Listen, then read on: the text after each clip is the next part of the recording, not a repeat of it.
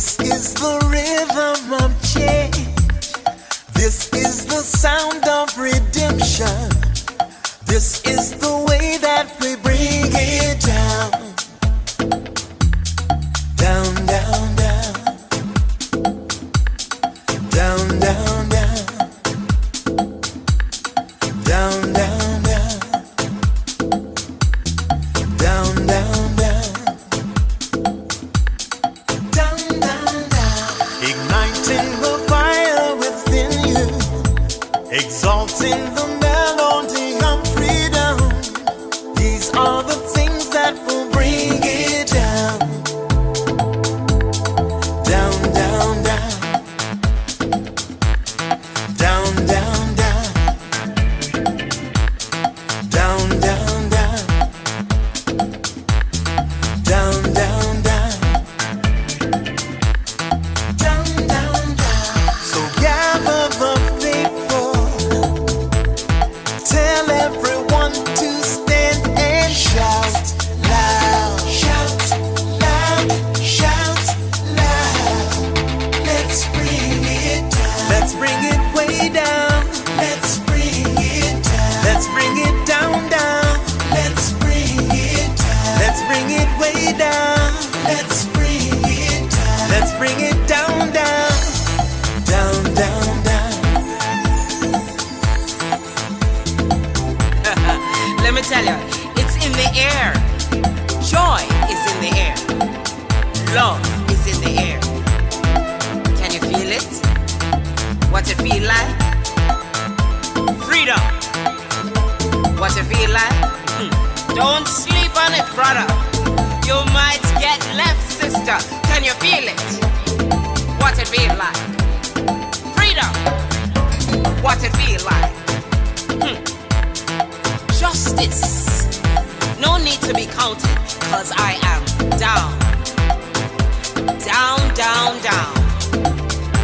Down, down, down. Down for the end of racism, for the end of bigotry, cause I am down. For the end of misogyny, that's right. For all the isms out there, just down, down, down. Let's bring it down. Rise up, people. No more foolishness, and let's bring it way down. Riding the river of change into the cries of contrition. This is the way that we bring it down. Down, down, down. Down, down, down. Down, down, down. Down, down, down. Down, down, down. We are the children of Eden, dancing and celebrating freedom.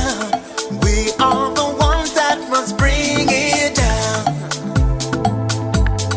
Down, down, down. Down, down, down. Down, down, down. Down, down, down. Down, down, down. So gather the faithful. Tell everyone to stand and shout loud. Shout loud. Shout loud. Let's bring it down. Let's bring it way down. Let's bring it down. Let's bring it down, down. Let's bring it down. Let's bring it way down. Let's bring it down. We've got to bring it down. Down. Stand up and shout. Stand up and shout. Rise together. Accountability starts now. The Eric Dawson Radio Show. Yeah. Rise up. Stand up, shouting loud. If you are not prepared to come to that table and to represent that voice, don't come. Because we don't need any more brown faces that don't want to be a brown voice. We don't need black faces that don't want to be a black voice. We don't need Muslims that don't want to be a Muslim voice. We don't need queers that don't want to be a queer voice. And if you're worried about being marginalized and stereotyped, please don't even show up. Good morning, ladies and gentlemen. Happy Friday. Welcome to another episode of the Eric Dawson Radio Show. I'm here with, once again, co-host Vincent Squire, hailing from South Jersey, Camden County to be exact. And Vincent Squire is running for federal office, U.S. Senate. He's running against Cory Booker in New Jersey. How you doing today, Vincent? Hey, good morning, brother. How are you? I'm doing all right. How's the campaign going? Oh, let's see. In the midst of the COVID-19, let's see. We've met some people online, did some talking, some conversing. It's going swimmingly. Okay, excellent, man. Excellent. I know, it's not being able to get out and actually press the flesh, right? Kiss the babies, all that stuff. I think all that's going to change now. It's over. That's all over. New rules. Yeah. See, New rules. I titled today's show "New Rules," right? That's one new rule. Yeah, there are a lot of other new rules that are going to come into play too, right? Yeah, definitely. Well, mail-in ballots, which the President of the United States is rallying against, because he wants everybody out there so that they can rig the ballots the old-fashioned way. Want to keep some things the same, right? Yes. Yeah. Yeah. The other things that are changing is the social interaction and contacting with people. That you probably give like a Japanese bow or an Indian howl. Are you ever going to shake hands again? No. Now, do you know? So a little factoid. I think this is correct. Go ahead. I'm sorry. Might do a fist bump. Right. I don't know if this is accurate, but this is what I heard, and I heard it years ago. And so, if I'm misstating it, I apologize. But what I heard in terms of the origins of handshaking was that it was a custom that was established between adversaries to show that they were not armed. So when you approach with an open hand to shake, your open hand and your adversary's open hand was an indication that you were not armed. Is that right? True. I don't know. Well, what you said was a combination of two different customs. In Japanese, the custom was to show that you were unarmed, was the initial form of greeting that they did with the sumo wrestlers, where they would bend and squat half naked to show that there were no weapons. So you got nothing up your sleeve. Or nothing up any other orifice. The other custom that you're talking to was dates back to the Romans, in which they were greeting, and it was the handshake, because the hand was considered to be 2 inches of the wrist. Mm-hmm. So it would be the same thing of I'm unarmed, and I'm giving you a greeting, in which they would do the wrist grab, which basically turned into the handshake. So now I want to ask though. See, we're saying new rules. We're not going to handshake to show that we're unarmed. But when we look at what's going on, and I told you we're applying for our gun permit, I want people to know I'm armed.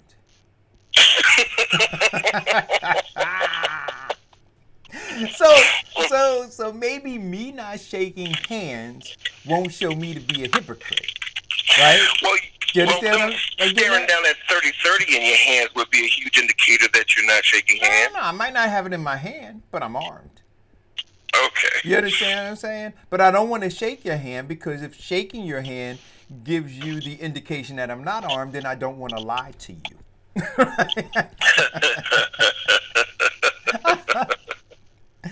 Oh, Vincent, I tell you, man.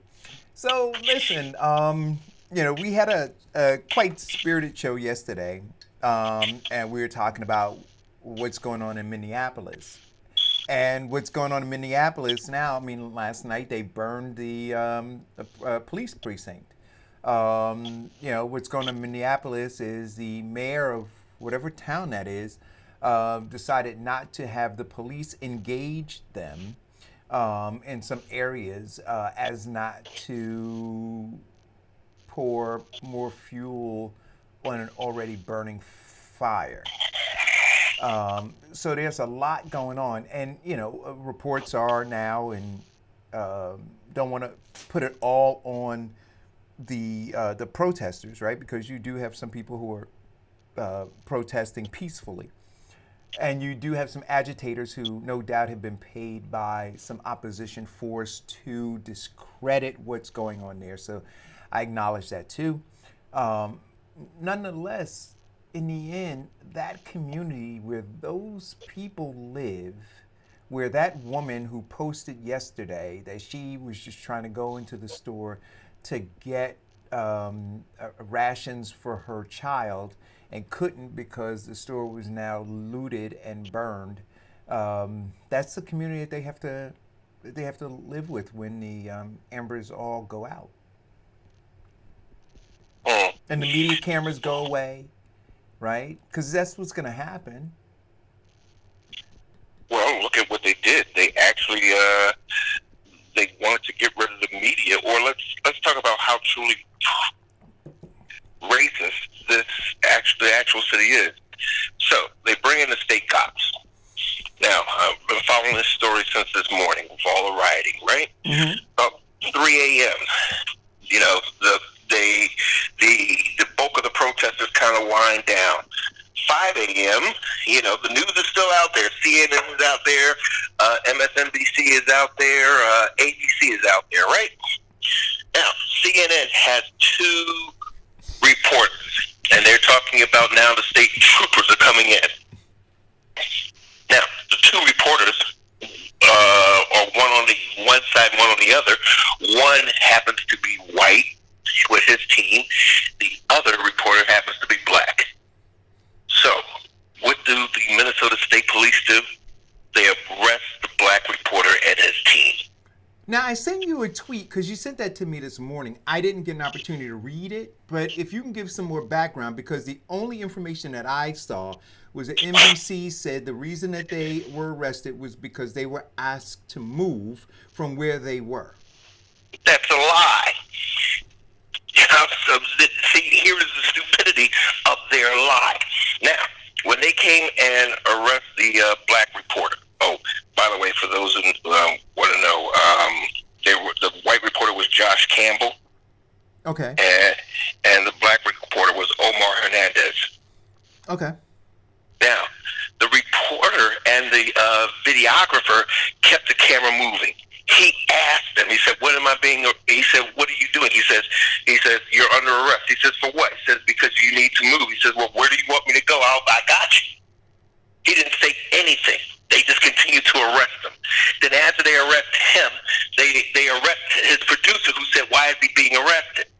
Then they arrest the assistant producer who was calling CNN legal. Then they arrested the cameraman and left the camera on the ground. So, while they did that, the white reporter, who was maybe a block and a half away, they were doing nothing to him. So you can't tell me that there is not that institutional ingrained racism that basically states that, white privilege is going to be the way. And look, like I said yesterday, I don't support, people looting. I do support people protesting. I don't support people tearing up, buildings and setting them on fire.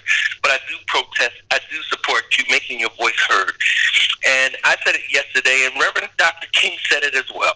And Malcolm X. Reverend Dr. King said, no, rioting and looting is the voice of those who have not been heard. Now, did he say rioting and looting? Yes. He said rioting and looting. Right. Well, actually, rioting. Thank you. So he said rioting. So yeah. So, I don't look in terms of rioting. I'm not looking. What is the actual definition of rioting? Because, and the reason I'm asking is this. I mean, does it mean destroying? Does it mean, I understand what Dr. King, I understand what Dr. King is saying is that it is a voice of the, you know, I'm paraphrasing, right? But the voice of the unheard or the voiceless, or you know, it's all of that, right? Got it.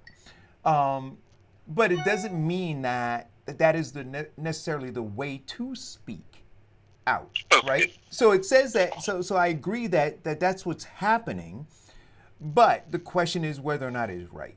But wait, Well, the definition of riot by Webster is a violent disturbance of the peace by a crowd. Similar, uproar, rampage, furor. The other definition is an impressively large or varied display of something.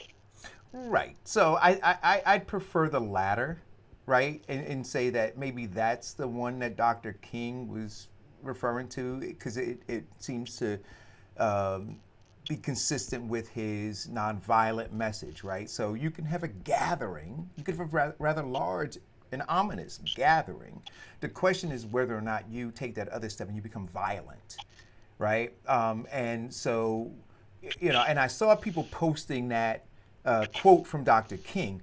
But here's the challenge, right? We can't cherry pick. So when we look at the man's entire life, and we see that he promoted nonviolence. In fact, when you know, when the riots were going on in Watts and the riots in Newark and other places, Dr. King was quite disturbed about those, right? And so we can't, for the sake of trying to support our own narrative, take and bastardize what Dr. King stood for, and then pull out of context a quote that does not align in any way with his complete life's body of work. We just can't do that. Well, what we can do is that, you know, a lot of people cannot understand his entire body of work, but we can compartmentalize certain key points that mean the most to us or that hit home to us. Like, yeah, but no, I don't dispute that, but we can't take it out of context. No, right. Let's not take so, it. So we say because it hits home to us, right? Which means I'm in this place of comfort because this is what I want to believe, and so I'll rifle through thousands and thousands and thousands of pages of words to string together a few words, right? That are again completely out of context, but now, you see, they rest well with my soul. And so I now take those words out of context and start posting them all over social media to give the impression that that's what that man stood for. We can't do that. No, we can't. Right. But it's done. But that doesn't take away from, I mean, that doesn't take away from the simple fact of what he said about riots. And then he wasn't putting in the content of saying that, you know, it was a wonderful gathering of everybody just having a great time. No, he said it was the voice of those who the frustration of those who had no voice. Hold on, but I'm gonna get the exact quote on it. But I mean, it's true to this day. Even Malcolm X said that, you know, it's not the simple fact of people burning down the building. It's the simple fact that it's the closest thing that they can actually act out on based upon their frustration. Right. And again,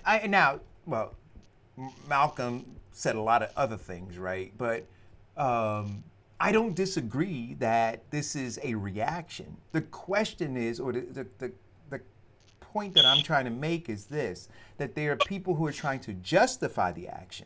See, I understand it's the action, right? That you do this. Like somebody could say, I got mad, so I slapped her. Okay. You explained what caused your action, but it doesn't make it right. So you're explaining to me why you're burning down your community.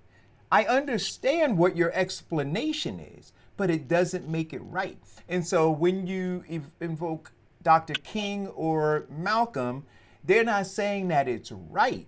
They're saying this is we understand there's a cause, right? There's cause and effect, right? And so there's cause and effect. I agree with that part, right, Eric, because Chris Rock said, "Look, you know, I'm not down with killing white women, but But in terms of OJ, making all that money, running all this football and everything, and all of a sudden now she wants to have sex with somebody else. He says, in terms of killing her, I understand. Yeah. Yes. Right. So no, I'm not down with rioting. In fact, he said it was Martin Luther King said a riot is the language of the unheard. Yeah. Which, in this part, it rings very much true. That's not taking it out of context. And no, I'm not saying, and I said it yesterday, I don't condone the rioting, but I do understand. When you look at that video, I'm Eric, going to tell you, I will never look, because born and raised in Newark,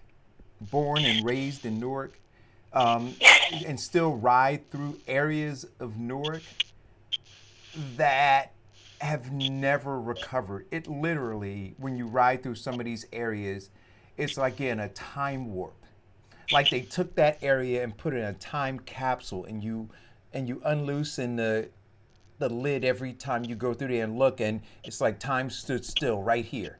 So I understand the devastation of rioting and burning down and looting your community, right?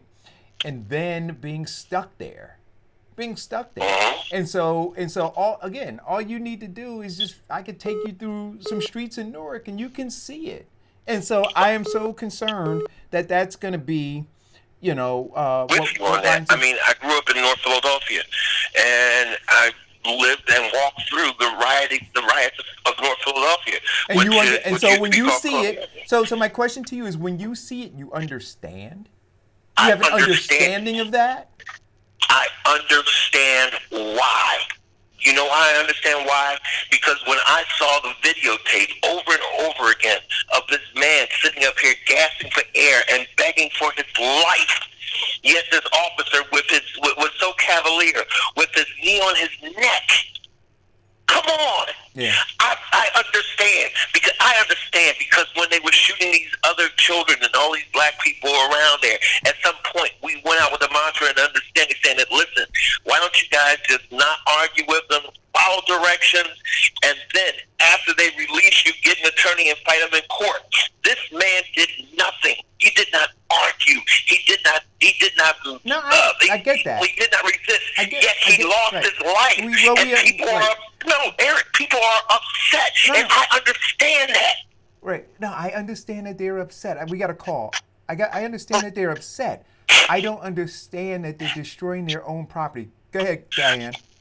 Good morning, guys. Some people are upset. Some people are conditioned to see this as another incident. Burning down your community, your stores in your town is stupid. It shows nothing else but stupidity. You want to make a statement? Why didn't they go over there and burn down the police department? They did. They burned down the police department last night. They absolutely did. That's a better statement than saying you burning down your town, because that's stupid. By the way, I just posted on your feed, Eric. One of the news feeds, somebody took a picture of one of the rioters. Turns out he was an off-duty police officer. Well, I'm not surprised. I mean, if people know, anytime there are riots, it's not always the people that live there. There are people that are brought in to create the havoc. Yeah. So wait a minute. No.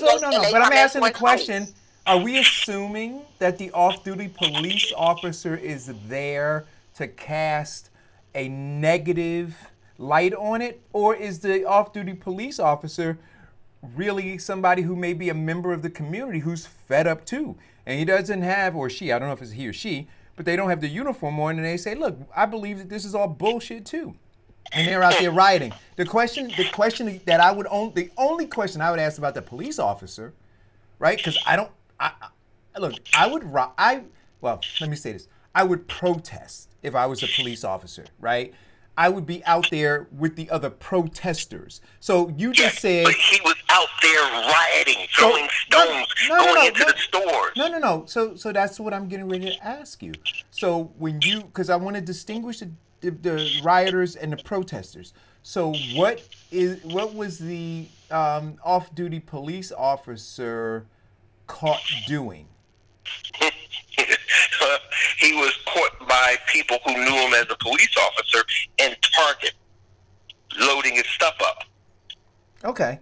All right. Well, yeah. Then he needs to go to jail. He needs to be removed from the police department immediately, and he needs to face criminal charges.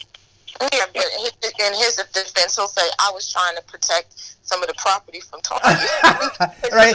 I was taking it home to keep it safe. Well, if that's his defense, then he failed miserably at protecting that Target. No. So, but even after all of this, after the stuff finishes burning and the police department is now burned down, what has come of this? Right. What is going to happen? Right. And see, I just got my husband just sent me a text message, and they were sending around, and I'll send it to you, a poster talking about, we're going to on a blackout on July 7th. We're going to stop spending our dollars, all black people. Okay, so what is one day going to do? Wait a minute. Hold it. What's one day going to do if you don't support other black businesses all year round? Did you see what I put up on my page yesterday? I was watching an interview. Mark Cuban was being interviewed. And he's correct. And here's the challenge, right? So, on our Wednesday show, we have Amir on, and we're always talking about saving and investing and saving and investing, right? But what Mark Cuban said, and again, it's true, he said the focus on all of these focus groups and political pundits and the media too, right? They're starting to craft a narrative, or a narrative has been crafted for them to begin to push out that says you can't save. You have to spend your money. If we're going to save this, if you're going to save this economy, or if the economy is going to be saved, it's going to be saved because of you. So once again, you become essential, right? So you were essential workers in terms of having to be in the stores and having to be in your trucks and having to deliver the mail and, have, all of those things, you were essential, right? And now they're saying you have to be essential again. You have to spend this money. And so where people are saying, hey, wait a minute, we should be saving our money right now. It's not going to work, right? The economy is not going to turn around if you're not consuming, because that's what your job is. So Mark Cuban was on, and it was crazy because I heard it. I know it to be true, but to see them now just openly saying, yeah, we have to work really hard to convince people, because they said the people right now are saving a little over 14% of their income, whether that's from your paycheck or whether it's from the unemployment and the stimulus money, right? That people, and they said those numbers haven't existed for 50 years, where people are saving that much money, and that's crippling the economy. Because the money they're giving you, you have to push it back. So when Mark, go ahead, I'm sorry, Diane. Okay. See, when they say crippling the economy, that's code for making billionaires be reduced to now millionaires. Well, yeah. Of course it is. Well, that's in some respects, right? But it's also the small business that you were talking about. What did you say, Diane? Exactly. Diane, what'd you say? I said it's about feeding their bottom line. Of course it is. Yeah. But we are essential to them, whether we're out there physically working and making money for them, or we're out there spending our money helping them make more money. Right. There was an article, Raymore and Flanagan, the court shut them down because they were trying to send all of their employees back to work because they said they needed the income coming in, the revenue. And the employees were stating, no, we're not coming back because it's unsafe. And they stated that you're not an essential business. You can order online or you could pick up from the store, but they were trying to set it up so people could register online for a 1 hour appointment slot and come in to walk the store and purchase what they wanted. And the state shut them down. They said, no, you can't do that. We're not going to allow that. Well, and this is what they're doing. Well, it's funny because when you text that to me, my uncle actually wants to get a recliner chair, and he said, man, I called Raymore and Flanagan and they're not gonna let me in. They told me I could go online. He said, shit, I can't order. Now see, he's 70-some years old. So he said, I need to sit in it. He said I can't order that offline. He said I want to go in there and sit in it. And so that, it was interesting when you sent it to me because I literally had just had a conversation with him, and I wouldn't buy a sofa or a chair that I didn't have an opportunity to put my tush in to see how comfortable or uncomfortable it was. The idea of having that thing delivered, unwrapping it. But a lot of people do because people buy. People do. They buy mattresses online. That's right. People do it. Because it's no longer because our furniture is more art and decoration than they are actual functionality. Yeah. So they buy it for the look, not for the comfort. I wonder how many people. No. So let me say this. See, before, because something I'm gonna say to you. Some of the people who buy. So we gotta get this right.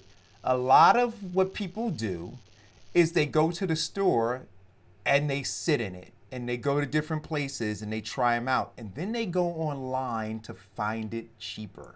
I used to do that, right? That's some shoppers. Yeah, some people do that. So, right. Yeah. So a lot of those people have already laid on that mattress somewhere in some store or sat in a chair that's similar to it somewhere, somehow.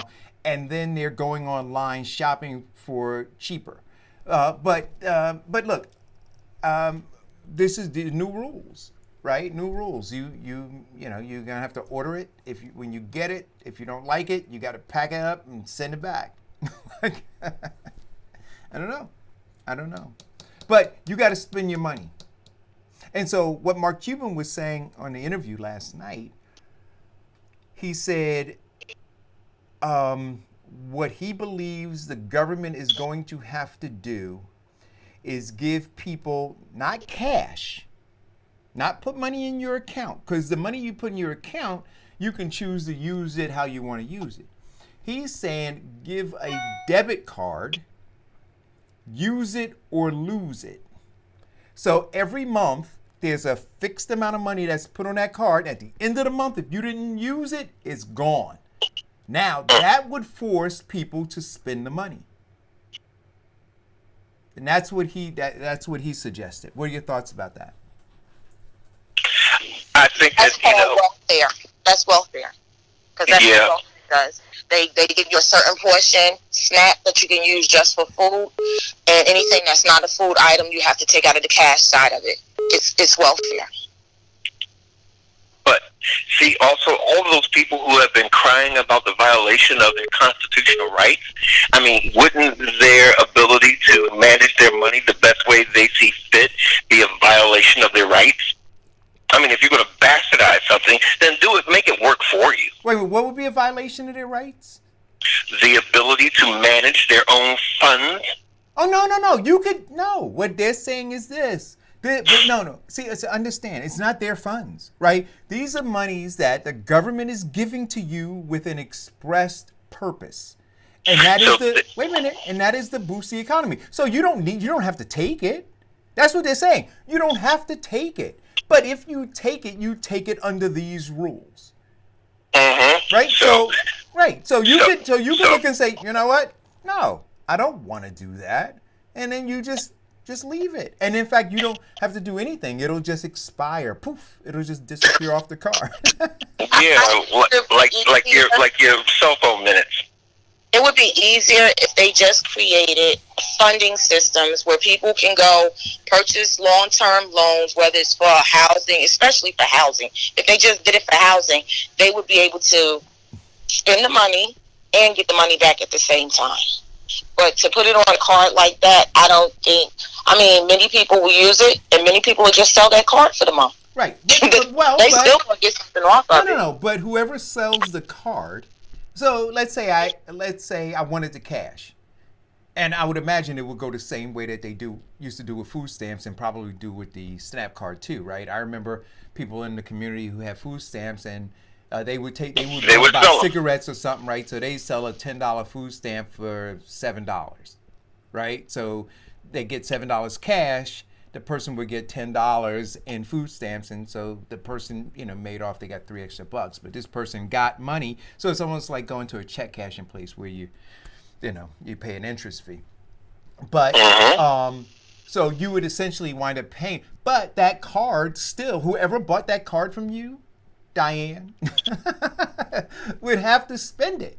So it doesn't Right. matter, right? So you didn't spend it, but that card, the idea is that the money on that card, not necessarily who the recipient is, but the money on that card has to go into the economy. Can't go Right. toward paying a PSE&G bill, can't go toward paying a car note, can't go toward paying those things. That money is designated for a very specific purpose in order to attack an issue that they see is becoming more and more problematic. Well, see, that's the whole thing. I mean, if I'm going to get some money, then I should be able to manage that money myself, even if it is a gift or a grant, and it's designed for the specific purpose of spending. So, if I want to spend it, I should have the opportunity to not spend it all right now, but let it accumulate to spend it all later. No, but you see, you can't. New rules. You can't set New your rules. Here we go. You can't set your rules with somebody else's money.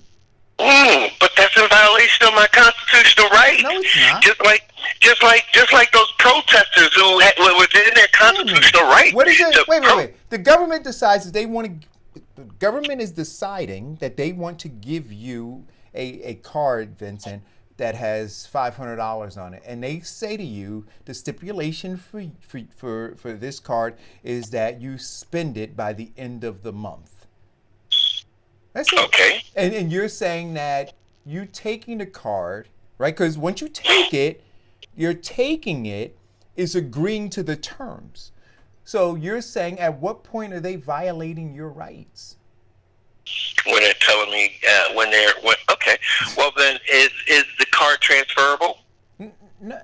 Yeah, I don't care. They just want the money. That's what I just said to you. Fine. The That's money fine. just has to be spent off of that card by the end of the month. There's no problem. I can liquidate it. I can liquidate it without a problem. Right. As long as those are the terms. Yeah. So Yeah. I listen to it. I don't think that it is a bad idea. Because if you don't do it, the economy is just going to continue to crumble, right? You can't force people when you give them a check. So here's what you're saying. I give you a check, you deposit the check, you now have cash. You can't have the Gestapo come and tell you how to spend your cash. That's it. Right? Or to spend it at all. And there lies the problem. So even though they put all of this money out there, people, because of everything that they're hearing, they're stockpiling to the tune of on average 14% saving their money. And every dime they save that's not going into especially local economies is killing off the businesses. They're saying that almost 40% of the total businesses that are closing will not come back. I mean, I want you to understand how devastating that is. And that's with the current projections. If people continue we talked about that before. A lot of these businesses that are closing will never reopen again. But if people continue to hold on to their money, the industry, it doesn't even matter what industry. But the kick in the pants is that they said they gave all that money to keep these businesses from closing, and they didn't help the businesses that truly needed them. They're not helping the small businesses that really need this money. They're helping Ruth Chris, Shake Shack, Amtrak. No, and the airline. Right, we understand that, but what I'm saying is this. So yeah, they're doing that, and so what's exacerbating the problem beyond what the government has decided to do, right, is that people. So you've now become the problem. So Eric, down by the shore, and I can't remember exactly which town it is. What they do is they have like a shore card, and the card allows you, it gives you credit or points or money back if you spend your money at particular stores on the boardwalk down at the shore. This was designed probably 5 or 10 years ago, and I'll tell you exactly what town it is. I just can't remember offhand. Designed to keep the money within the town because people come, tourists will come to the town, of course, spend money on the boardwalk, hang out at the beach, but it wasn't enough to keep the economy going down in that area. So they created this system. Now, this system is something that can be done in any particular town because the entire town does it, not just the boardwalk businesses, that allows people to shop, get credit back on their card or money back savings, similar to what you would do if you went to a CVS. And you would get those dollars back and then you could reuse it in that store only. That is something that is a possible way to keep to get these businesses going again. So to do it the way that you're doing it is saying a way Mark Cuban is talking about is creating a card where you can go anywhere, any city, any town and use it, which is okay as well. But again, like what Vincent is saying, I want to spend my money and save my money as I choose and see fit, not how you decide that it should be done. Because I may not need to purchase anything this month. I may be doing all of my bulk shopping in 1 month, and I may not have to go to the store for another 3 months. So 3 months of money collected and you saying I can't use it or lose it is not beneficial to me. Correct. Wait a minute. Why wouldn't it be beneficial to you again? So I said it wouldn't be beneficial to me. Well, let me put it to you this way. Yeah, I want to buy I want to buy something that's going to cost me $1,500.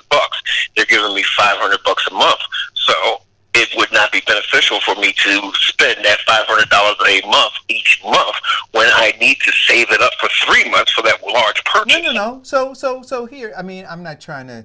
I mean, I guess if you want to try to. If you want to spend enough time trying to make it a negative thing, I guess you can. But if I already had an income, right? So I got an income right now, right? I got an income, and then they're going to give me an extra $500 a month. So assume that I do have the $1,500 thing that I want to buy.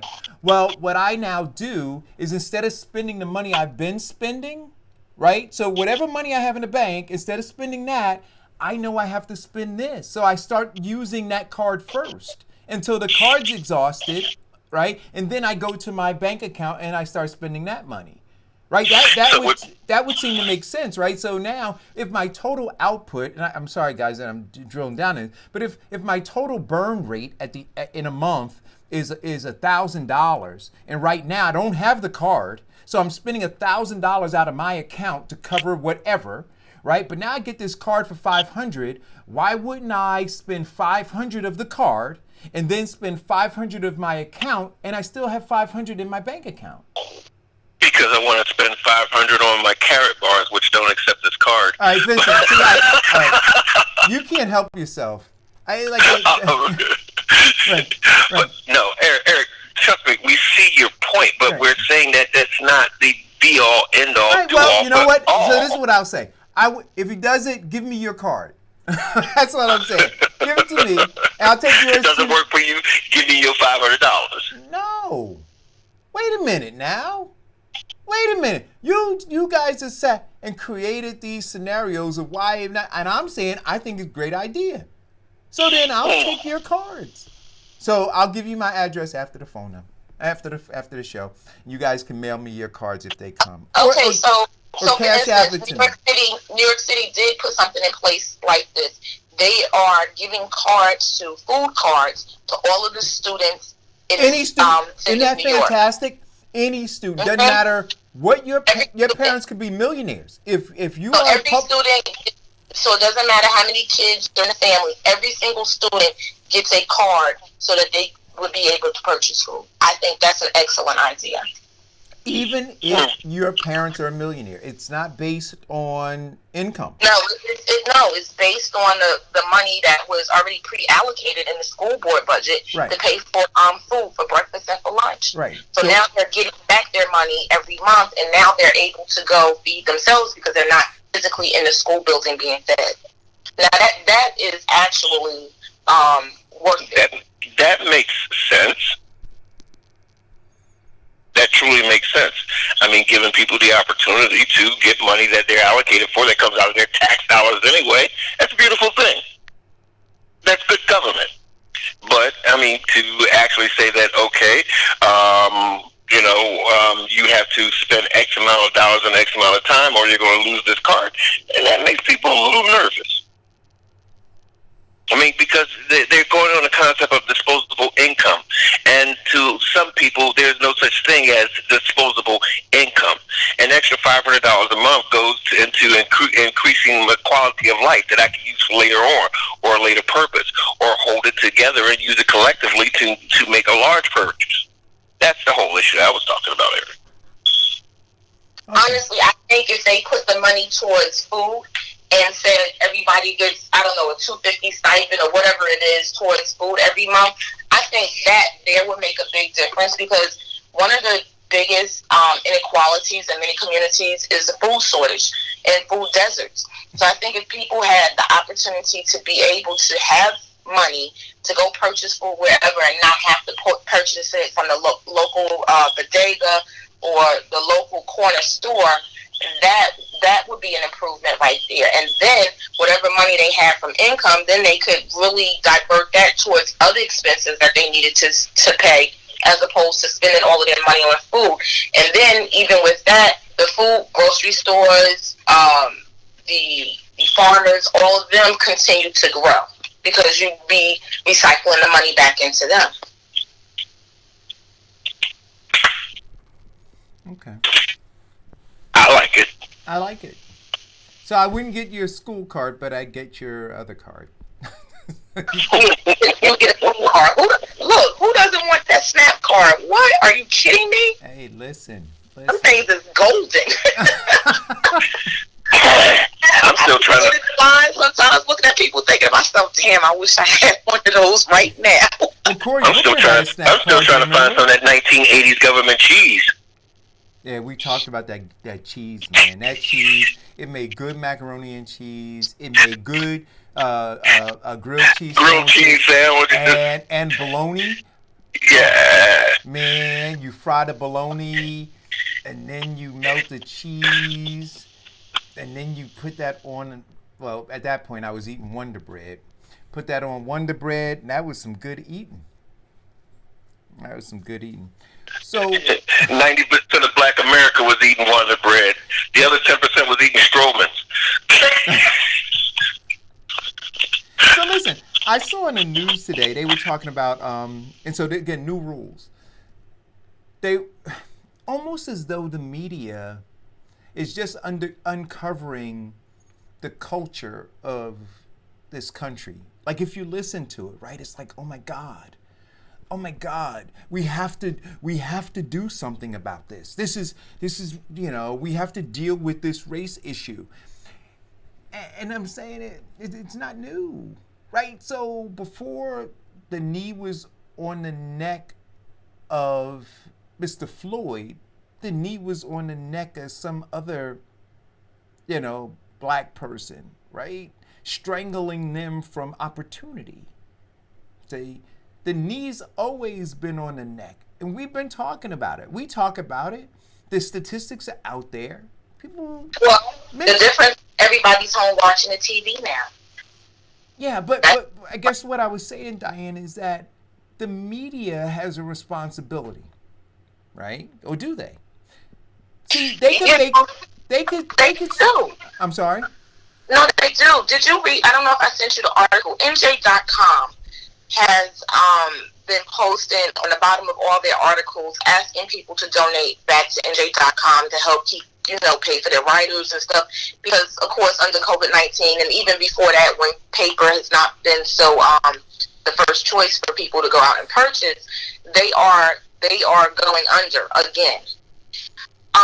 And there was an opinion article that they put in, and people were donating, but people were also leaving remarks about how biased they are and how biased the reporters are when it comes to covering articles in the city of Newark, in the city of New Jersey. The stuff that they cover, they say, oh, you only see one side of it. And the editor was giving a response trying to say that, no, that's not how it is, and I can understand how you may think that our reporters are biased, but they're not. But that's untrue. And you and I know firsthand how biased the NJ.com Star Ledger really is, and who controls them and feeds them money and how they get state contracts. And that actually manipulates how they write an article or whether they choose to pick up a news story.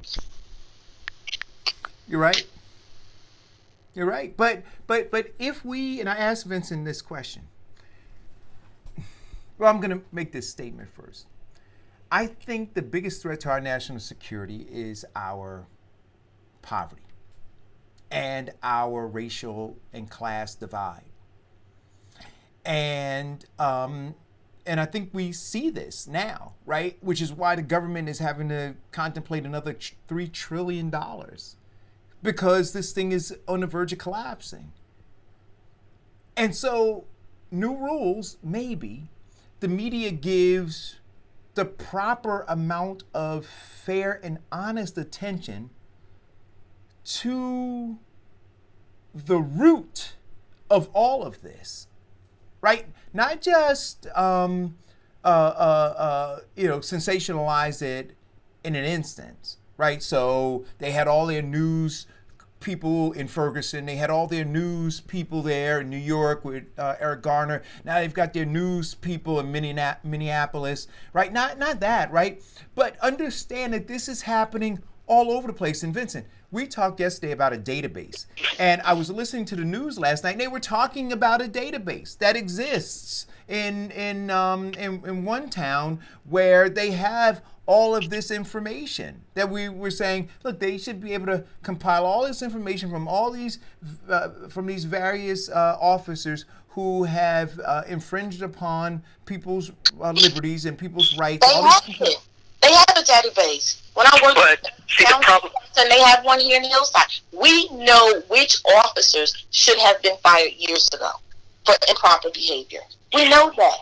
But correct. You have chief of police, and because you have council, and because you have a mayor that are not on the same page of what should be best for the community, they continue to pick people purposely because they know they are what you would call rebel rousers. So they know who's in there. They know who's on their department. We know who the people were down in North. You know, the chief of police and who was at the county fighting on the lawn and stuff. We know this stuff, but they don't get rid of them. Correct. Because they like them. They're like, what are you talking? They're attack dogs. They need them. Correct. Beneficial for the community. See, and you look at, Eric, you once again divided the actual subject between media and the need and use in the database. So let me chime in because I agree with Diane. Yes, the reason I made that statement is that I know that they have that database. They know the people who they have written reports on. The problem that we have, and what Diane said so eloquently, is that they do not enforce it. They do not enforce it because of cronyism, or they do not enforce them because of, he's a lackey, he's a tax dog, or he brings that certain element of white. No, let me finish. He brings that element of white superiority to my administration. Now, and then the thing that I said is that what we need to do is to now link that database with the FBI and let the FBI be the police of the police. Right. So we know that there are some crazy people. Just like people know that there are certain uncles in their family that they don't let their kids sit on their lap. Right. So here's where why I brought the media in, because the media, when it's not being done, can talk about it. Right. So the media could keep it front of mind if they wanted to, much like the media decides that they want to keep what's going on in when I'm talking about the left-wing media, wants to keep what's going on in the White House front of mind. So they're always, for the last 3 years, they found things to talk about. They brought things up, and they've literally spent the entire news cycle day after day talking about whatever it was, whether it was a Russia investigation and I'm not saying that they shouldn't have done those things. I'm simply saying that they could also decide to go into, right? They could look and say, okay, new rule, we're going to give the proper amount of attention to bringing to light the undergirding issues that ultimately lead to these, illegal disruptions, these murders, these, attacks on black people, right? That we do still have racism. We still have systematic challenges within our law enforcement agencies that we need to resolve. So they say we need to do that. And now they can send investigative reporters to do the research, right? So yes, I agree that the federal government should go do, but they could go Oprah that information too, right? I'm saying the media could. And the media could pressure, just like they decided when they decide when they want to pressure an agency to do something.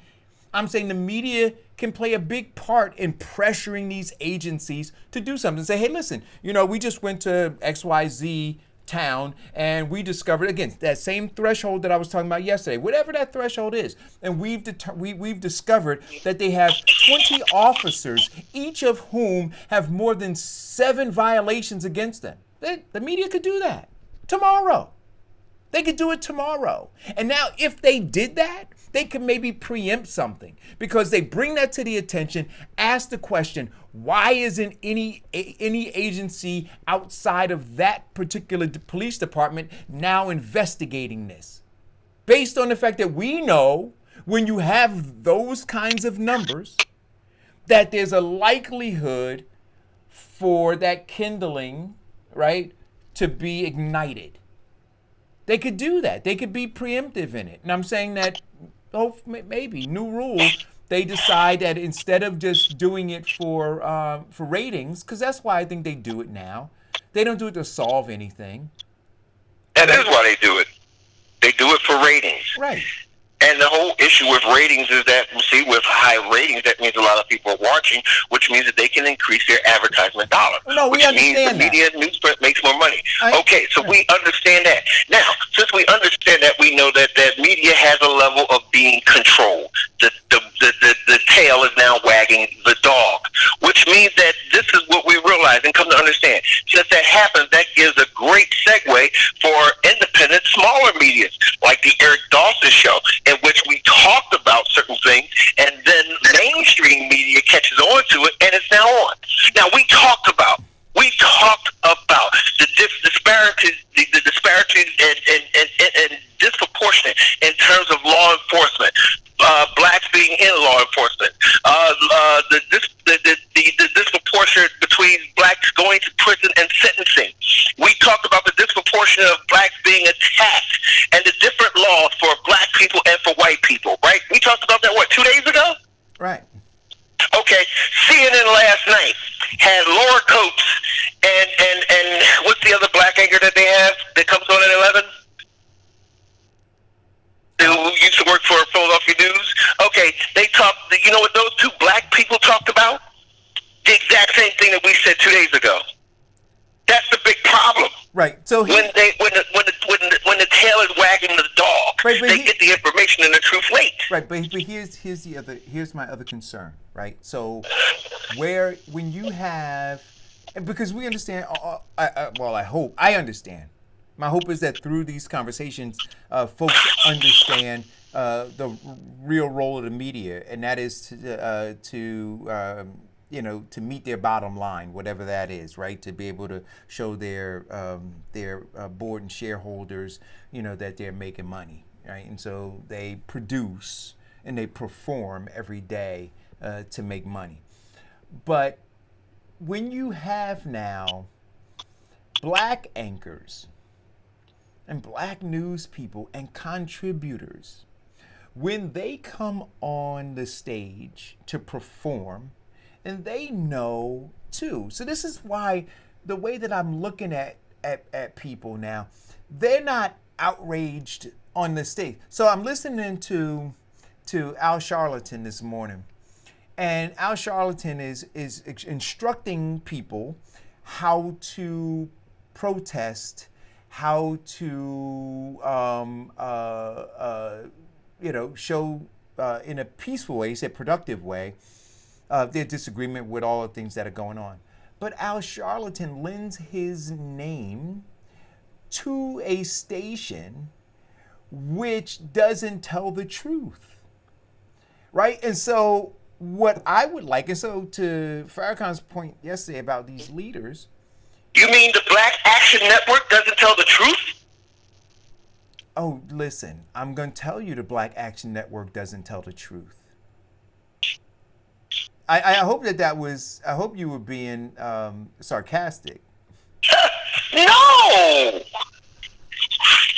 Right? So I'm looking at Al Charlatan. I'm saying, man, you should be at MSNBC tossing the tables over, screaming and hollering into that camera at everybody, talking about how that network has an opportunity every single day to talk explicitly about all of these issues, right? In a way that connects it back to the brutality that leads to white supremacy. So when you talk about these people, and you, whether you agree with the violence or the protesting and the marching and everything, because what did he say today? I meant to write it down, but something about protesting is something about protesting being welcome, but violence not. And I'm saying to myself, that may be true, right? Because I told you, well, when I say violence, I mean violence against your own community. But violence against your oppressor may be something that people have to look at, right? Because if we conclude, Vincent and Diane, that violence on the other side begets white supremacy, right? In order to root it out, and this was, I guess, part of the struggle during Dr. King, right? That you can't take a violent person, somebody who's violently fighting you, to maintain their status over you, and approach them from a position of nonviolence. Well, here we go. Once again, another portion of the chapter of the Willie Lynch letters. And in that letter, it basically talks about the slave master down getting the slave boss, who he uses the same thing, where we're both white, they're black. We have to band together so that they don't overrun us. So you protect my interests and I'll protect yours. So he elevated him to a false sense of security, and he is the one that he uses to inflict his brutality to keep the masses in line. But we use that, and that has been going on forever in white supremacy. Then we look at the post-civil, the post-Reconstruction period, where blacks started coming into levels of prominence, becoming landowners, becoming politicians, changing legislation to make the world more inclusive. So what did they do? They enacted violence upon that. After the death of Lincoln, the Confederate general went around the South and started voter intimidation. And in fact, he even started intimidating some of the black candidates so that they would not run. Once again, leaving us hanging in the wind. And that level of frustration continues to go on and on and on and on in terms of blacks reaching that level of prominence. But we keep falling for the same freaking technique, which is what gets me all the time. Now, we're now at a point where America is upset. We're upset because we're sheltered in place, and we're seeing blacks die at an alarmingly unjustified rate over white. We're upset because of big white rich corporations who employees are making billions, are getting more billions when the average American are now getting going at $1,000. We're upset because they're frontline workers. I know you're passionate. Okay, we're upset because they consider us to be frontline workers, and we put our life on the line so that we can service the people, yet make more billions for these white people. Yet now, with all that stuff that we're doing, and we have been taking for the team, or quote unquote getting along with white America, now we look at a man who does nothing except does nothing to resist. Yet he dies with a white man's knee on his neck. Yeah, we're upset. And let's stop falling for the same old okey doke.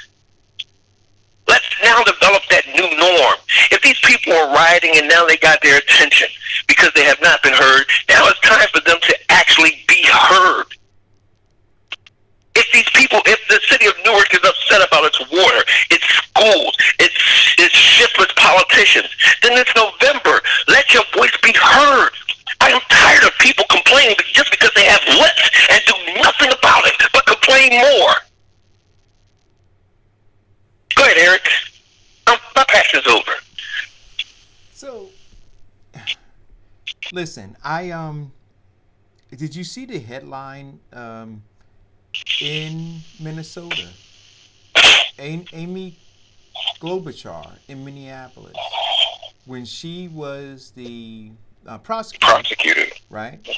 Apparently, the police officer who was involved in murdering Mr. Floyd, there were some other issues going on with him, and she had an opportunity to prosecute him, and she didn't. Right? And so I got a phone call last night, said, Eric, I think that Amy Klobuchar is done. Your thoughts? She's been done. Well, I don't think I thought she fit the bill for getting that Midwestern vote, right? Well, that he needs. I don't know. It's very hard to say whether she's done, because look who they voted in and look who they're about to vote for. So I wouldn't consider her completely being done. But again, this COVID-19 and this incident has now revealed again who exactly she is. And not only did she not prosecute this particular officer previously, they said they had like 24 other, over 24 different cases of complaints from various different officers that she did not move on.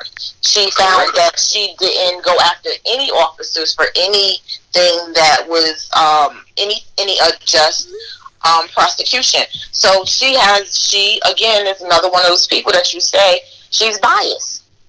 So she sides with the officers. You also have to remember, prosecutors work with the police department. They don't work against them. They work with them. Diane, but so here's the issue. See, so now here's a conundrum. I think, and yeah, I told you my grandfather used to say, between a shit and a sweat, right? So it's like a real so small space of comfort there, right? Are the Democrats in that little small space? Because if Amy Klobuchar was being considered, and if you now say, well, she, her record is that she sides with police, right? And in Minneapolis, they have a horrible record with the black community, right? Does that then pose problems for her to have to answer? And then while she's answering those problems, you're now resurfacing all of the Joe Biden stuff having to do with him being a segregationist, having to do with the 94 crime bill. And so now you've got that, then you've got Amy, you've got, does that, I mean, do you think that creates a problem, Vincent? I don't know if it creates any more of a problem than it did when, what is his name, Pete Buttigieg had the issue in his town. And people came out to say about how he didn't jump on top of that situation. But he never, but Pete Buttigieg never cracked, I don't think, 1%, or certainly not 2% of support from the black community. Well, let's look at Kamala Harris. When she was a prosecutor, she suppressed evidence to keep a black man locked up forever. Yeah, but so you're right. And there lies part of the black dilemma. So if these are issues that concern us, then they should be issues that concern us, irrespective of who the perpetrator is. So if it were Kamala Harris, whether she's black or white, whether she's running for president or not, it should be her deed that we're holding her accountable for, right? All the way down the line. And so, look, it would be, for me, a travesty for Amy Klobuchar to be considered a running mate for Joe Biden And for them to believe, it'd be a travesty, but I wouldn't be shocked, because I think that what they're doing is stress testing the effectiveness of the Willie Lynch letter, right? So if you say, well, yeah, she did that. Yep, you're burning down your shit in your communities. Yep, she sided with those cops. But you know what? Know what's more important? What's more important is beating Donald Trump. And so we're going to put her on a ticket. This is one more thing we're going to ask black people to suck up, because we need to win those Midwestern states. Here is the theory in which the Democrats are using. Right now, it's over for Donald Trump. So he can get Bozo the Clown as a running mate and still win, because everybody is coming together and uniting on their one true point: get Donald Trump out of office. Well, that's what I'm saying. So do you believe that at any cost? So all the things that we're talking about in terms of Amy Klobuchar, right? Do you believe that to get rid of Donald Trump, that people will do anything? So are we at that point? Because we're already, here's the thing. Donald Trump is already the lame duck. It ain't going to happen for him. People are uniting to vote against him. So if he's going to put together a cabinet, he should put together a cabinet that's going to affect change. He should put a cabinet together that's going to be inclusive, not exclusive. He should put together his cabinet of people who are willing to drain the swamp, not throw in more alligators. So Dre Sandrod, I can't get to it right now, but I see you're in the thread. Do you know what Donald Trump's approval numbers are right now? Because I'd like to know what they are from a credible. Well, they actually did a poll of likelihood of the election on CNN and MSNBC last night. CNN had Joe Biden winning by 12 points. MSNBC had Joe Biden winning by 9. But these are national polls, right? Yes. Yeah. Okay, and I'm not talking about national polls again. They had Hillary Clinton winning in the national polls. I don't want to look at the national polls. If somebody CNN had the national poll that they had on Hillary versus Donald last year, the exact same time, where Donald was up by 7 points. They have Joe Biden up. So if you're looking at national polls, in terms of that indicator, it may look good for Joe. Yeah, I wasn't looking at national polls then either. I was looking at the state polls. So state polls, and then I want to know within, in terms of Donald Trump's, because this information is out there, right? Where he stands in terms of support from his base, and whether or not that's grown or not. I don't know. But what you and I had this conversation offline, Vincent, where I said to you yesterday, it is astonishing to me that that it's even a race, right? If we're assigning over 100,000 deaths, we're assigning 41 million people filing for unemployment, almost 15% unemployment rate. 40% of the jobs that are being, or businesses that are shutting down and not reopening, or 40% of all of the businesses that are shutting down, not reopening. We look at all of that's going on, and we lay that all on the steps of the guy who sits in the Oval Office at 1600 Pennsylvania Avenue, and you say that we're still in a race for the White House. What does that say? Okay, this may be my version of how I see it, and I mean, we're looking at a president who based his campaign and launched his campaign on his promises of making America great again, and building the wall. That didn't happen. That Mexico was going to pay for it. That didn't happen. In fact, Mexico are climbing over the wall now that he built. We're looking at him bragging about the economy that he did not build, because we were in a state of recession under the George Bush and going into 12 years of a war in the Middle East, and our economy economy was in the toilet until Obama made some changes. So he's building upon that reputation that he didn't do. Now the virus happened. Okay, so everything that he built his campaign and lied upon has now slapped him or bit him in his behind. So it's over for him. If we're now looking at, okay, who are we choosing to be our next president? That's where I say that we need to start now looking at our new norm. If these people therefore need us to actually win this campaign, to win this election, or at least New Jersey, let us do like Charlemagne and say, okay, we know that you need us. Great. Now, what are you going to do for us? We've got food insecurities. We've got financial insecurities. We've got bad schools, and we've got disproportionate crime and justice. But let me ask you a question. What if they say they're not going to do anything for you? The only thing that we're going to do is we're going to beat Donald Trump, but we're not going to do anything for you. Then what do you do? Well, then we look for election 2024. And then we look for that actual process of getting a candidate who's going to do it for us. Well, that's a little really unrealistic, I think, to wait till 2024. No, so I want to be clear. We go to the table and we demand something, and they say to us, "No, we can't give you anything right now." We say, "Okay, wait a minute." We say, "Okay, we'll vote for you, and then we're going to organize for 2024. That's what you're suggesting? Yeah. It sounds more crazy. Well, what I'm suggesting is when I say it in slow motion, Diane, it sounds hard. Eric, let's look at this realistically. Yeah. Okay? First and foremost, Barack Obama's wingman is not going to sit up here and say no.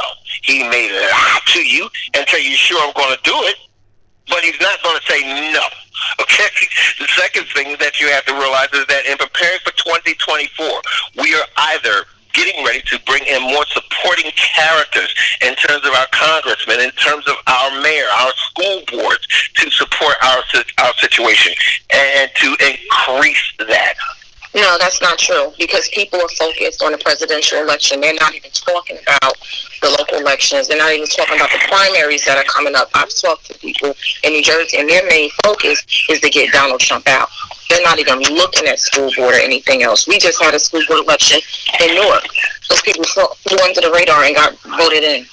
Nobody. Wow. People that were nobody, they got voted in. So that's not true. People are not looking at local elections.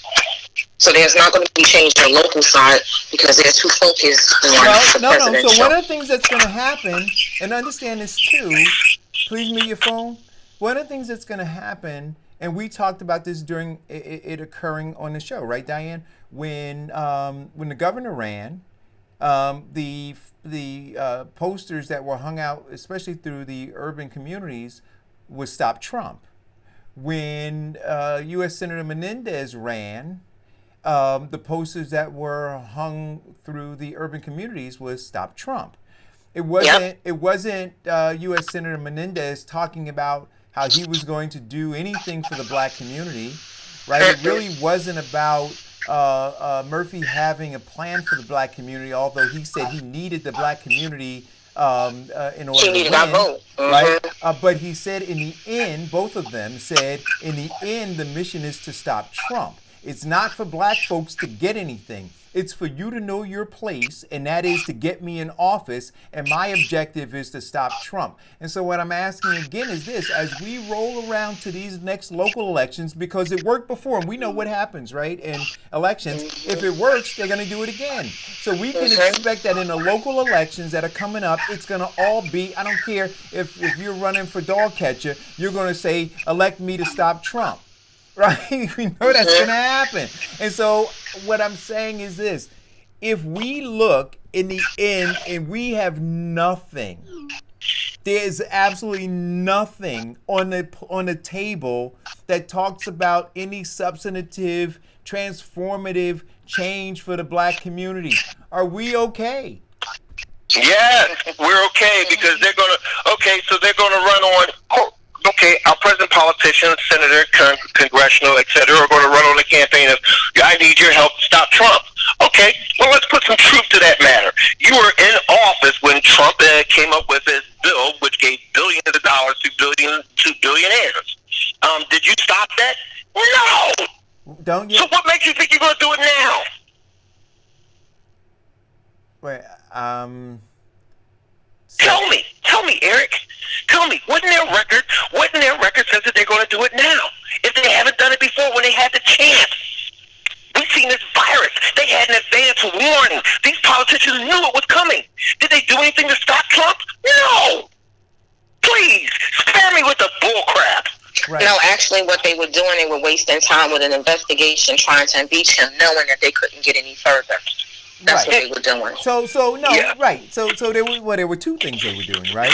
One, they were muddying the water. They were driving up his negatives. They were doing all that stuff in preparation for the November election, right? But then the second piece that they were doing was their business as usual, right? So when you look through a lot of the legislation, right, that they were fighting for or that's gotten passed, the question I'm going to ask is this. I'm going to say the same thing.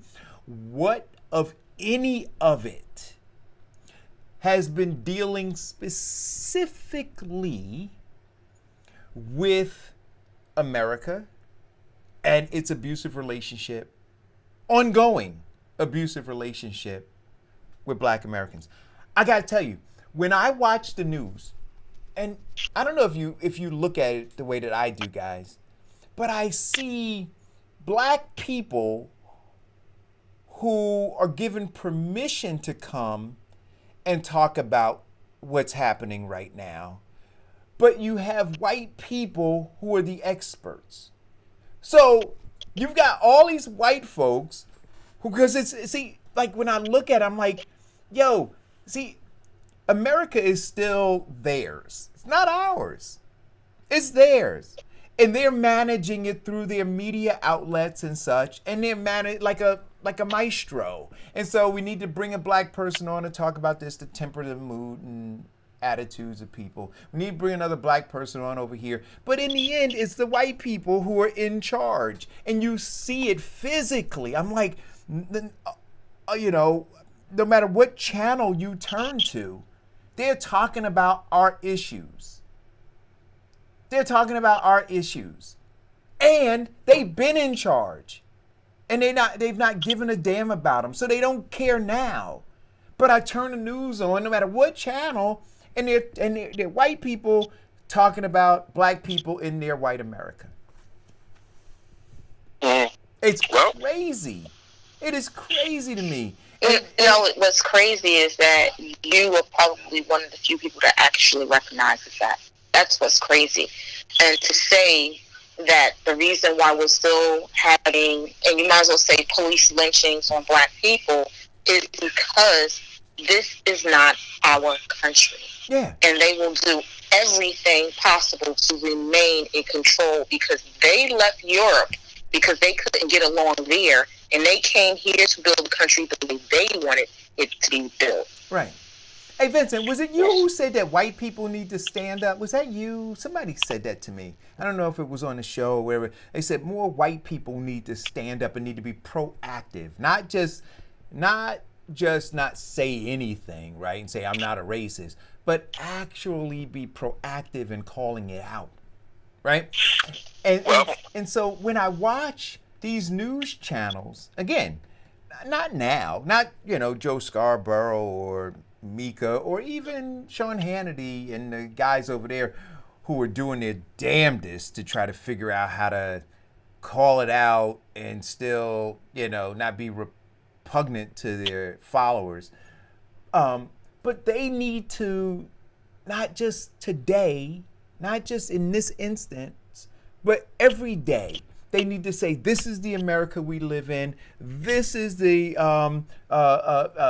people are living every day in absolute poverty and despair and anxiety. Black people, every day. Not one day goes by. When this all blows over, and like I said, when the embers die out, there will still be Black people who are suffering. but then they'll stop talking about it. Like it's not occurring. And they'll still be suffering because of these policies. The same ones that led to the culture of this cop putting his knee in this man's neck until he killed him. So it is not going to end. And so the question is, the statement that I'm making is the new norm has to be this continued push that says, no, we're not going to let you stop talking about the culture of America, the soul of America. What we are looking at, Eric, is now the ripping of the scab is off now. We understand that, that the knee on the neck, the hunting down this black man jogging, the calling of a police officer because this white woman is in the wrong with her dog. It is not the cause of the ills of America. It is part of the symptom. Now we're coming to the part where that veil has been torn down, and we are tired of it. We are now getting to the point where we need to treat the disease. And part of treating, that disease is that we gotta get America to recognize and realize that this exists, this is real, and we cannot sweep it under the rug anymore. Didn't we think it was torn down when Eric Garner was choked? Didn't we think it was torn down when Michael Brown was shot and laid in the street for hours? Didn't we think it was torn down when Tamir Rice was shot, when Trayvon Martin was? Didn't we think it was torn down? Like with Rodney King? Didn't we think it was torn down? I don't know about torn down. I think maybe ripped open and everybody got a peek of it. What gives you the impression that it's torn down now? Well, what is torn down now? Because America right now is sick and tired of being sick and tired. Okay. It's torn down now because we're tired of being sheltered in place, listening to a group of white supremacists. It's torn down now because we're sitting up here, our family members are dying at an alarming rate, listening to white supremacists. Diane, we have been such a passive group of people. I mean, passive. Diane, passively, like sheep leading to the slaughter. Diane, and it's about time that they start standing up. Diane, do you think it's torn down? No, it's not. It's going to regenerate. It's like a plant, and you try to do gardening. You cut it off at the head, and it'll start to resprout in different ways. You got to get it from the root, right? You got to pull it out from the root, like a weed. Yeah. I would say get some Roundup, but that causes cancer too. So what we going to do? Let's see if we can take this call. Hold on. Hello, caller. Hey, what's going on? What's happening? How's everybody? Everybody's well. I just want to talk about what we need to be recognizing in this time. We are always in segregation. They gave us the appearance that they ended segregation just like any other Jim Crow style legislation. Few of us had got some accomplishment, but yet the rest remained segregated. The laws didn't apply. The systematic racism continued, and now with the advent of COVID-19 and places like Prince George's County, some of the wealthiest black people and most PhDs, they got hit the hardest. They getting hit the hardest with this illness, and so I mean, as a people, I think we need to change our language. I mean, the man had his neck pressed on, and he talking politely. At some point, your language got to change. We can't continue to speak our oppressor's language, and he ain't listening to us any damn way. And so we got to all realize we still in segregation. We didn't realize news media is owned by the corporation. The corporations control the law enforcement. So why would they want to do research on a problem they created to start? You got to toot your own horn. We got to be our own investigative journalists and start listening to each other. Just because you got a PhD, you're not exempt from being a black person in America. It sure didn't exist me. Just because you know what I mean, you on the law, you in the union, you still a black man in America.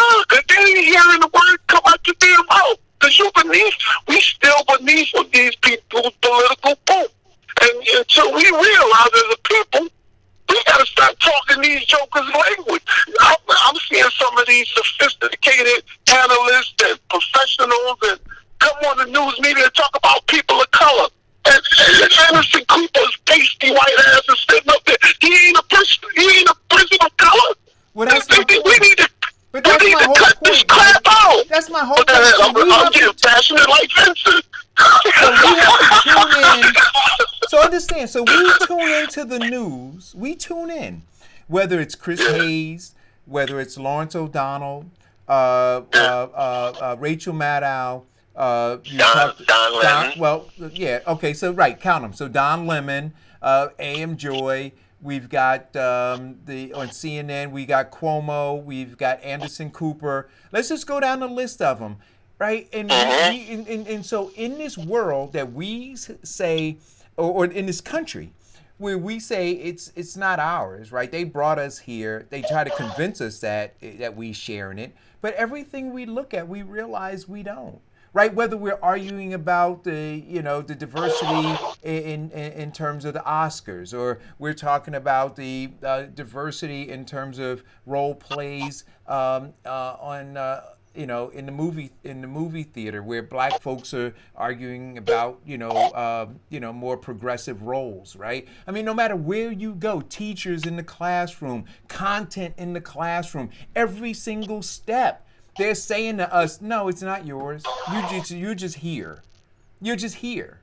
And then they still in segregation. Yeah, we still are. Every single place. And that's why I'm looking at the media and I'm saying, well, okay, for all of you woke white people who are anchors, you should be standing up and saying that. You should be saying, like you said, Mike, Anderson Cooper should be saying, why is my pasty ass here talking about this?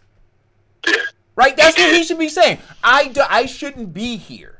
I'm going to take a vacation and I nominate that this black person come here in my stead and talk about this. And he should do that. But the hubris that they believe that, no. See, we just put you guys there and you fake the funk. You make them feel comfortable. Right? And then you just, what you do? You bring in black contributors. But you stay on top.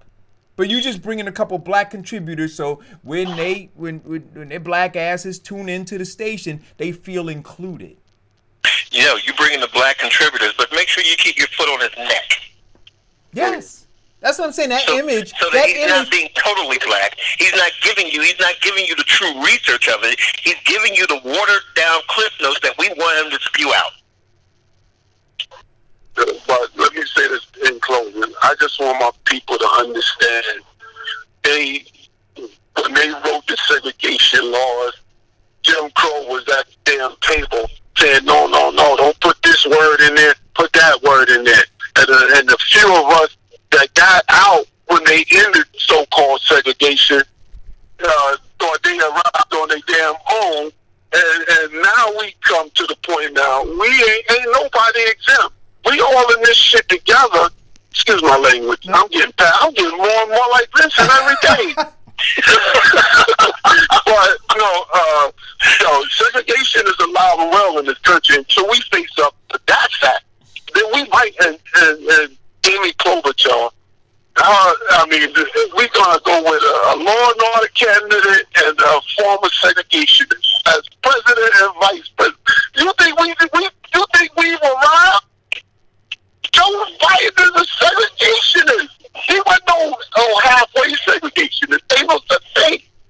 So, let me get that guy here on the big road. Y'all have a good one. I'm going to keep listening. All right. And if I could add to what he was saying, we should now be out of the conversation of part of it should be what's going on. But the other part of our conversation should be the solutions. Yep. I'm really tired of hearing, okay, this is what they're doing to black people. Okay, we know that. So now what are you doing to stop it? What are you doing to counter that action? Right.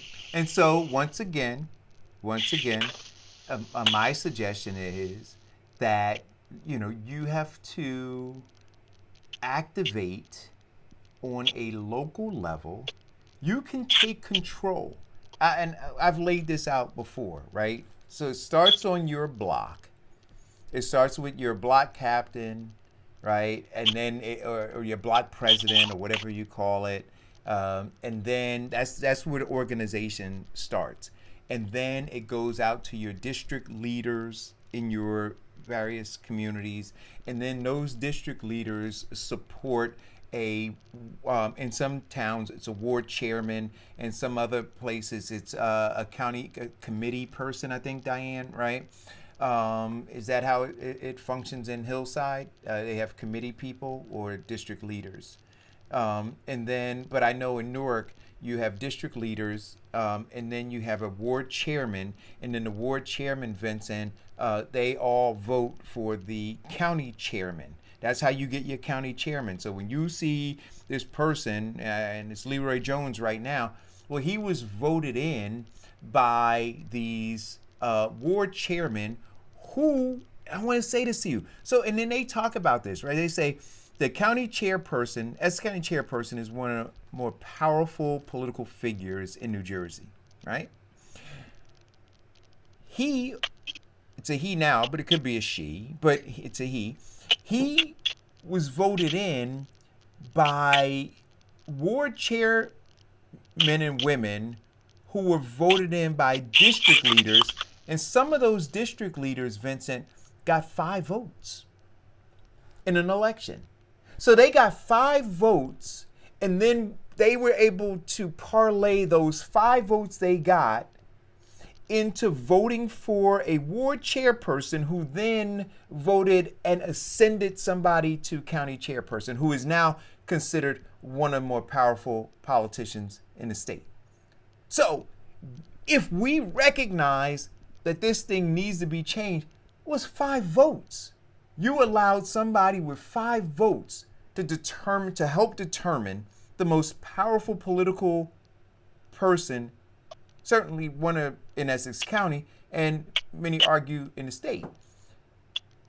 And then beyond that, the money that they then raise and other ways that they support up into mayoralships, assembly seats, state senate seats, congressional seats, U.S. Senate seats, county exec seats, and ultimately the governor's seat in New Jersey. But it is your inaction, right, or lack of curiosity, intellectual curiosity, to get involved and say, you know what, I'm going to get this person out. I'm going to help. I'm going to put my thumb on the scale to change this, to ensure that, at least in my district, this is how we're doing it, and then, lend some support over another district. But that's the solution. That is the solution. But how many people are going to do that?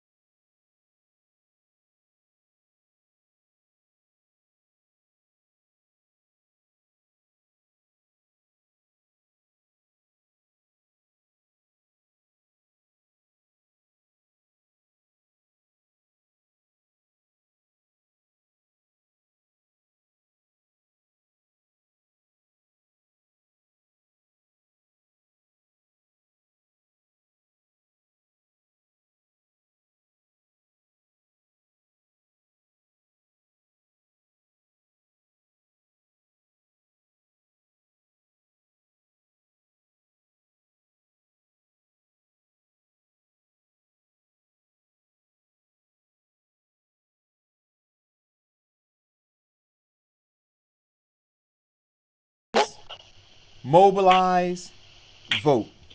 Okay, now give it to me in depth. What do we need to do? Well, you told me to give it to you in 3 steps, right? I gave it to you in depth. I got the 3 steps. Now, let's start with organize. What do we need to do? What are the 3 key factors in organizing? Well, you need to have a goal, right? So I mean, I don't want to. I'm not trying to. Look, yeah. So Kevin used to say to me, Eric, you're giving them all of this stuff. I'm look. There's some things that folks have to figure out. So I can give you a complete roadmap in a link somewhere. But I don't want to.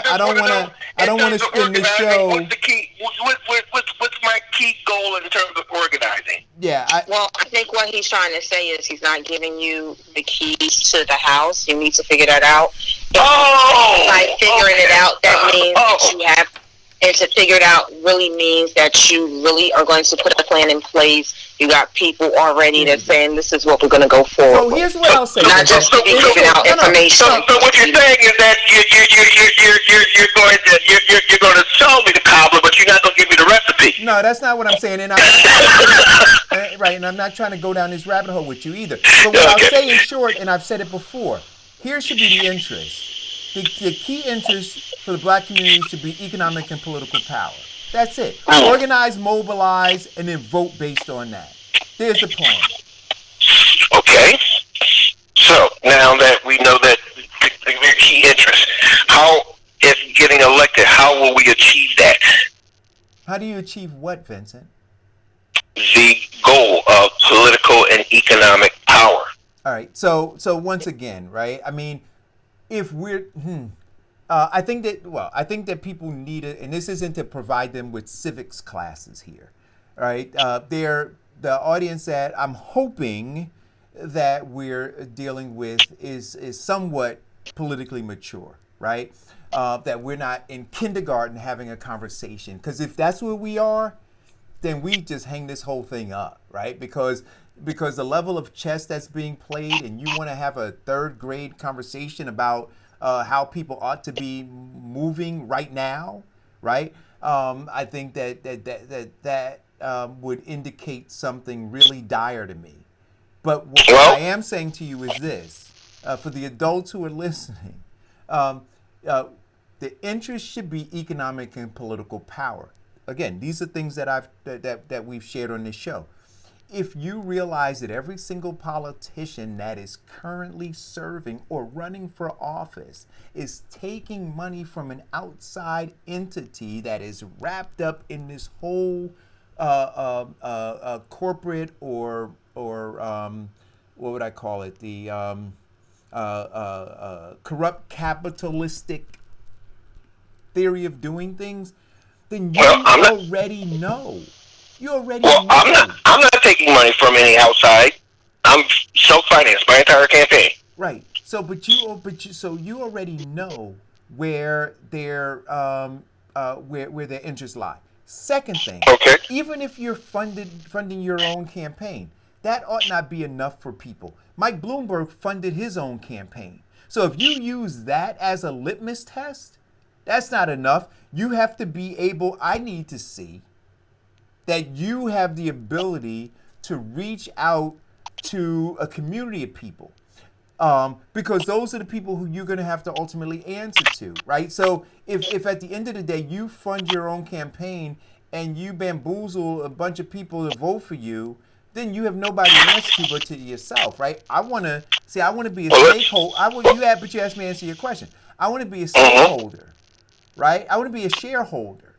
And so if I contributed $20 to your campaign, I consider myself to be a shareholder that can now hold you accountable. But if you're coming to me and saying that I'm self-funding my own campaign and I'm running, I'm going, well, I want to see how you've galvanized a community of people around some issues that have to do specifically with grabbing economic and political power. That's right. No, not just my needs in a broad way, but how you're going to help advance the cause of economic and political power. Of course. So now, what is the easiest? Or okay, now we're talking about advancing them with economic and political power. All right. Now, since they're voting me in office, they have a level of political power.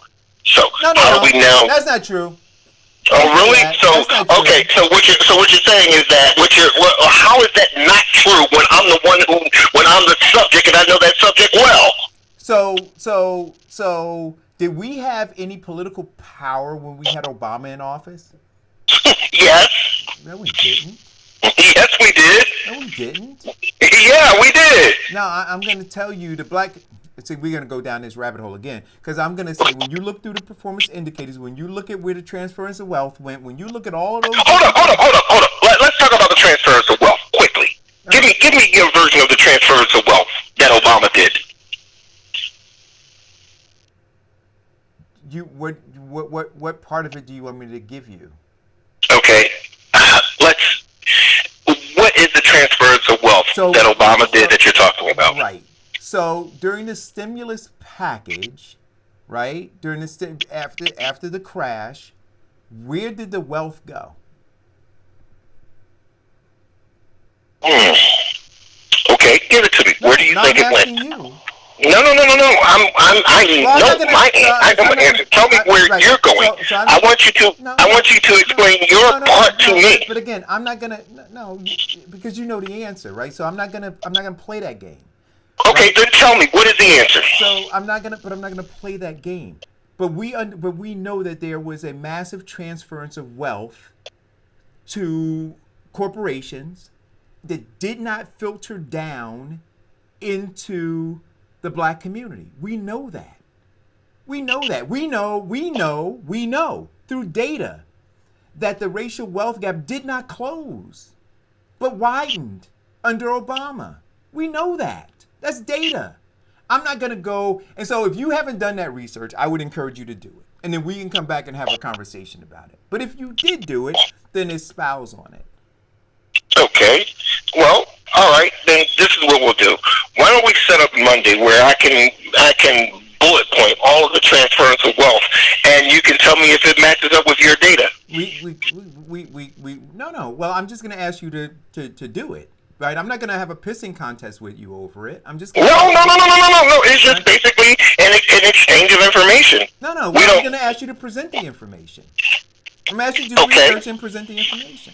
Well, one thing that could really help me is what you were talking about in terms of the transference of wealth going to corporations. Right. So in that stimulus package. Right. So what I'm suggesting, and I think that the listeners would find edifying, right, is to provide that information on Monday. I think that would be helpful to them. So we look forward to it. See, that's what I've learned to do when I was in corporate America. Somebody raised their hand, said that they want to be responsible for something, give it to them. So okay. Right. So we'll do that, and we'll see how it all pans out. But voting for somebody, just because you voted for them, doesn't give you political power. Doesn't. And that's a misnomer. Doesn't give you any political power. All those people voted for. Okay, so all the people are voting for you with the hopes that you would empower them to get the things that they need and to address their issues. What you're saying is that that's a misnomer? Right. So what they did was they voted. So why are they going to vote for you, Eric? Well, I'm going to answer the question for you. So, I'll put it in practical terms. So you've got the people in the Bronx who voted for AOC, right? They voted for her. They have a voice with her, right? She separated herself from the establishment in terms of raising money and all of those kinds of things. So they have a relationship with her. They don't have political power. What they have is a relationship with her and putting her in there to try to create noise. Political power means that you're actually watching policy change. You know who has political power? See, I'll show you the example of political power. When McConnell says, no, he's not going to get a Supreme Court justice. No. When McConnell says, no matter what you pass in the House, it's going to sit right here. You see, that's political power. See, we have to be clear about that. And just to assume that because you have a person in office that you have political power, that's not true. I don't want to tell people that. See, we can see the people who have political power. They're effectuating change. Yeah, and it was built on relationships that they've had over the years. That's how they got it. Yes. So what you're saying, see, this is the part that I want to establish. Now, when people are voting for me. I'm running for office for the simple fact of exercising that level of power to bring change, to improve the quality of their life. So what you're saying is that I cannot do it? No, what he's saying is you don't have political power. You have a position. You have a position. That's what you have. You don't have political power is something that's earned. It's something that you work for over years. You build relationships with people on both sides of the aisle. That's which I'm willing, which upon being elected, I'm willing to do, because my goal is to. But what I'm saying to you is this, Vincent. It is, Diane, you said it masterfully. It is not power, it's a position. And then you have to, through that, try to build power. But to assume that somebody gets elected and they instantaneously have political power, that's naivety. No, they don't.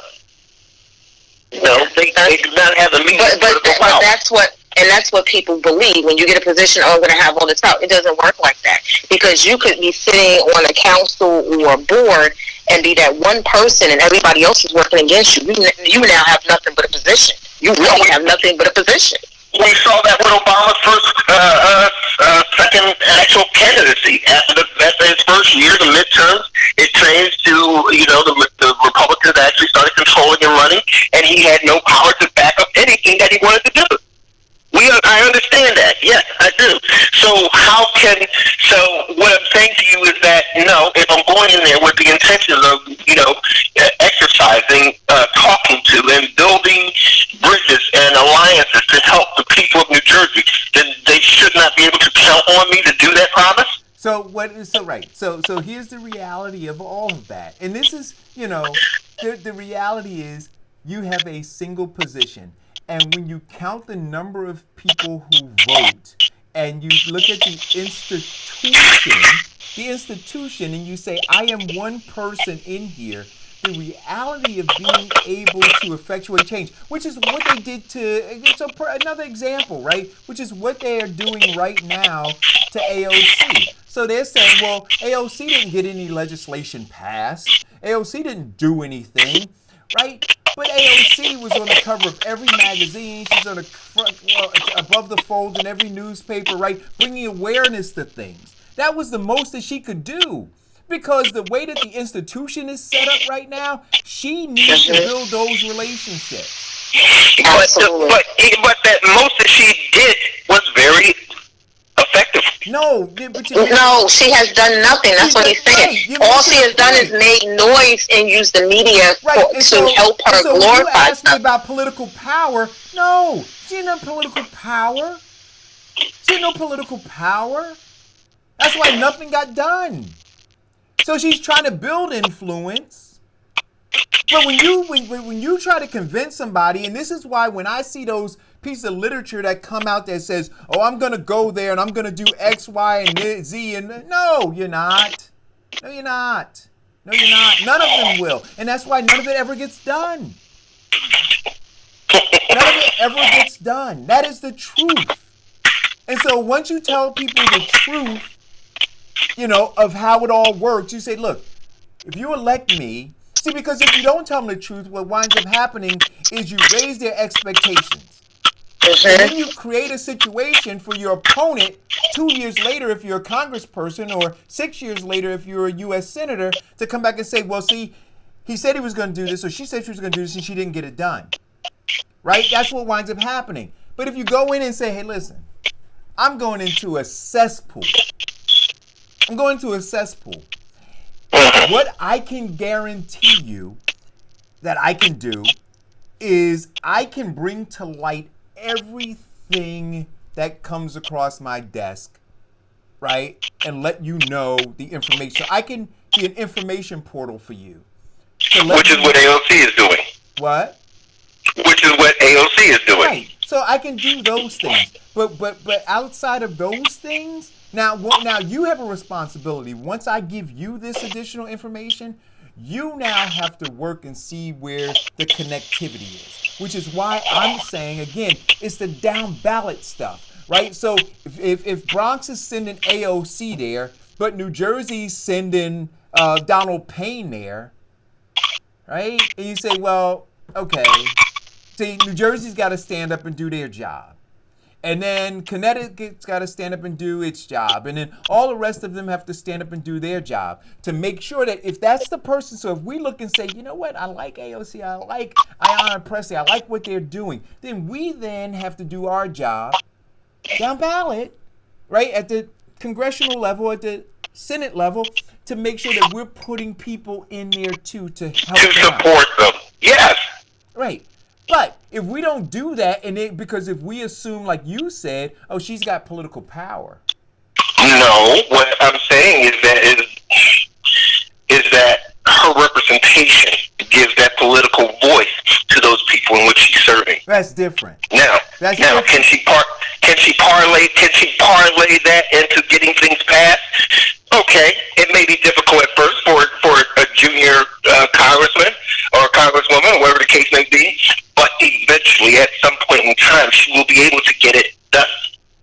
And I disagree with that. Again, if you understand the way that the system is, right now they're trying to get rid of her because they don't want to do anything that she wants to do. Of course they are, So which is why everybody right now is trying to elect people to support her position. Right. And so now if you look and say that she's aligned with 3 other people and there are over 400 congressional members, and she's in her alliance, her network is her and 3 other people. That's a squad. I'm saying she's got no power. It's just her. Absolutely not. And all they need is one of them to fall short, and they get rid of one of them, and that squad is done. Because they'll be all out there philandering for themselves. Right. And so Or this upcoming election, they may get more people to strengthen their position, and that squad gets larger. Right now, I mean, they're looking at they've got the ear of the press, and right now they're making some really good moves. So I can't see, I can see whoever they endorse. They are 4 people and hundreds of people. There are 4 people and hundreds of people, but you also look at those 4 people. Whoever they endorse has a strong chance of winning.